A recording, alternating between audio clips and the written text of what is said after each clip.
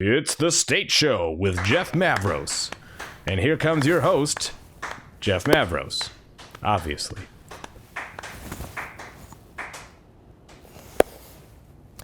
Thank you, everybody. Welcome to the State Show with Jeff Mavros. I am your host, Jeff Mavros. I'm the Director of Admissions here at Illinois State, and I thank you very much for being with us. It is a great day, as always, to be a Redbird.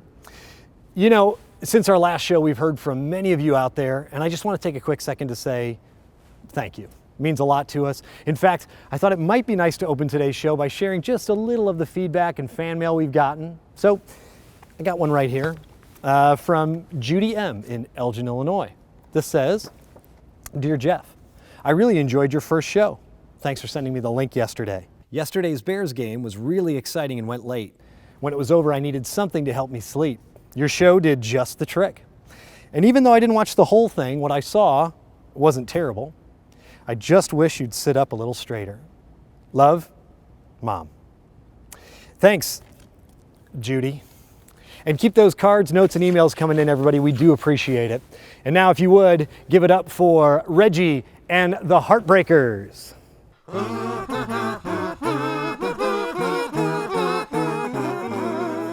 Yes, Reggie and the Heartbreakers, everybody. Thank you guys. Sounding good. All right, today's show is about the latest craze in the fast-paced and exciting world of admissions processing, test optional. What is it? What isn't it? Is it really optional? Let's talk about it.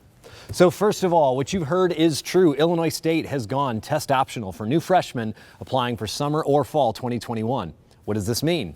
It means applicants can choose to submit test scores as part of their application for admission, or they can opt not to. No, Reggie, that's test blind. We actually will consider a test score if a student decides to submit it to us. Good question, Reg. We did it because there have been so many test date cancellations this year, and we know many students will not have had the chance to take a test prior to application season. Now, if you'll just hold on a second, I might actually answer a few of your questions with the information I'm about to share. Thank you. Where was I? Oh yeah. New applicants can submit a test score or apply without one if they prefer. And if you have a test score but aren't sure if it's a good enough score to send, we've taken the guesswork out of it for you. Test scores can only help students in the application process at Illinois State. Let me repeat that. A test score can only help you.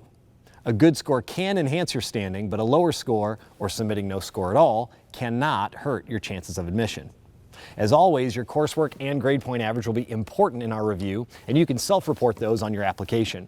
If you choose not to include a score, you will need to send us a transcript, official or unofficial, to complete your file. And you can even do that by uploading it right to the application if that's easiest for you. See? I told you if you just hang around, I might actually answer a question of yours. All students have the option to complete a short academic personal statement as part of their application, too. You could do so if you wanted to tell us more about your academic performance or explain any inconsistencies in your grade trend, for example. If your academic profile is on the lower end of our typical student profile, we'd encourage you to submit a statement in fact. And we may even require it of some students if we feel we need more information to come to the right decision. So in summary, courses, grades, grade trend, and test score or transcript. And maybe the personal statement. Are you on your phone? Are you not even watching the show anymore? Oh, okay. It seems a viewer recently emailed a question that Reggie thinks is a good one to address here on the show. Addison from St. Louis asked, if I don't have a test score, can I still get a scholarship? Thank you, Addison, for writing the show, and thank you for not mentioning my poor posture in your email. You know what? This would be a great time to bring on today's guest. She is just the right person to answer this question and others like it. Nice segue, Reggie. Ladies and gentlemen, please give a warm State Show welcome to Debbie Lamb, Associate Director of Admissions and Scholarships. Great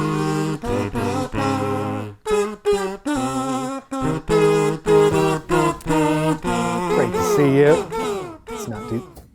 Let's, hey, there you go. Good. Debbie, good to see you. Don't sit yet. Let's see how we're doing here. Perfect. Please now have a seat, Debbie. Thank you. Happy to be here. Yeah, great to see you. Too. Things going well? You know, no complaints as of today. Good. That's new. So So I don't know if you were watching the show earlier, and at this point I'm assuming maybe Yeah, not. no. But we had a viewer reach out to us and ask us a question about our test optional policy and its effect on scholarships. Do you mind maybe giving us a little information there? I imagine you were talking about submitting your test score for admission to the university and how that would play into scholarship consideration. Maybe you were watching the show, Debbie, and I thank you for it. Now Our and again, sponsors are very happy. I try to catch it. The first thing the students need to know is if they apply for admission to the university without a test score, they will still be considered for our merit-based scholarships. So students with a 3.3 or greater GPA on a 4.0 scale, whether that's weighted or unweighted, we'll take whatever benefits the student, they will be offered merit-based scholarship based on that grade point average. Well, that's excellent news, I think, for many of our guests out there. Absolutely. Could you go into a little detail about the types of scholarships that are offered and maybe some of the amounts that our viewers might expect? Indeed, happy to. I think we are very lucky as an institution to still be able to offer significant amounts of merit-based scholarships. I can tell you that our Redbird Academic Scholarship, 3.3 GPA and above, is valued at from $1,000 per year to $5,000 per year and renewable for an additional 3 years of the undergraduate career. Yep, actually, we will invite students to submit a form to tell us a little bit more about themselves, maybe include a leadership experience or something that they are proud of that they've accomplished at their job. Tell us a little bit more about themselves to put them in the best position for the highest award amounts available to them. If you have a slightly higher grade point average, such as 3.5 cumulative GPA, you could be eligible for our university scholarship, which is valued at a minimum of $6,000 per year. And with a 3.75 or greater GPA, you can compete for our presidential scholarship, which is valued at $11,000 per year. And again, all of those are renewable for an additional 3 years of the undergraduate career. I will mention that students that are competing for the university and the presidential scholarship will be invited to participate in an interview competition in the spring. Well, that is all good news. I think the renewable piece of that is something that people are going to love.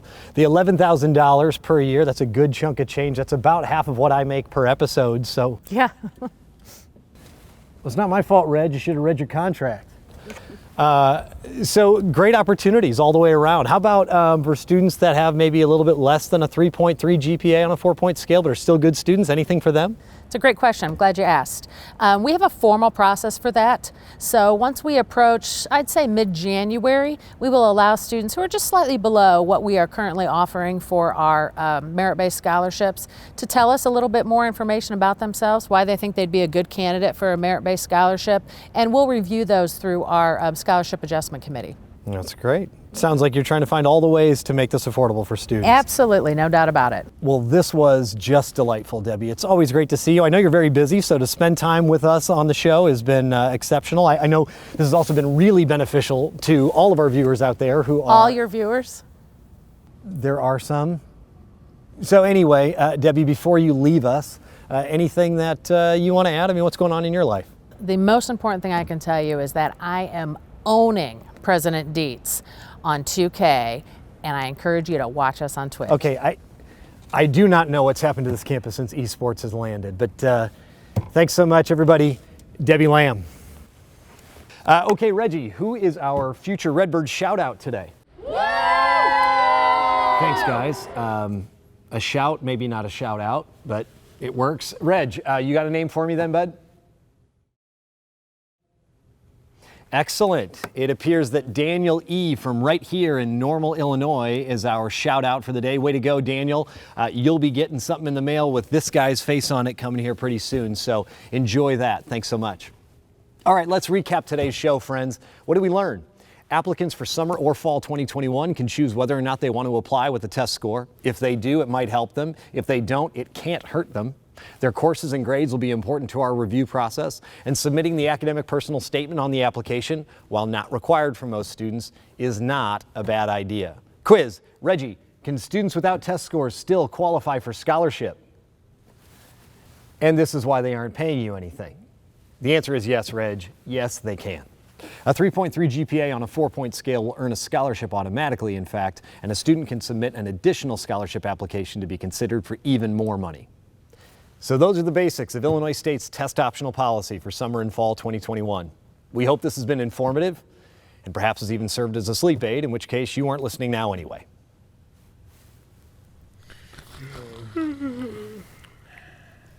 Everybody's a critic.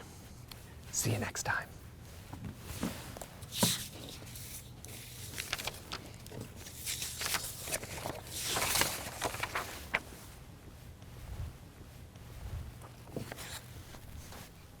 This has been The State Show with Jeff Mavros. Good night, everybody.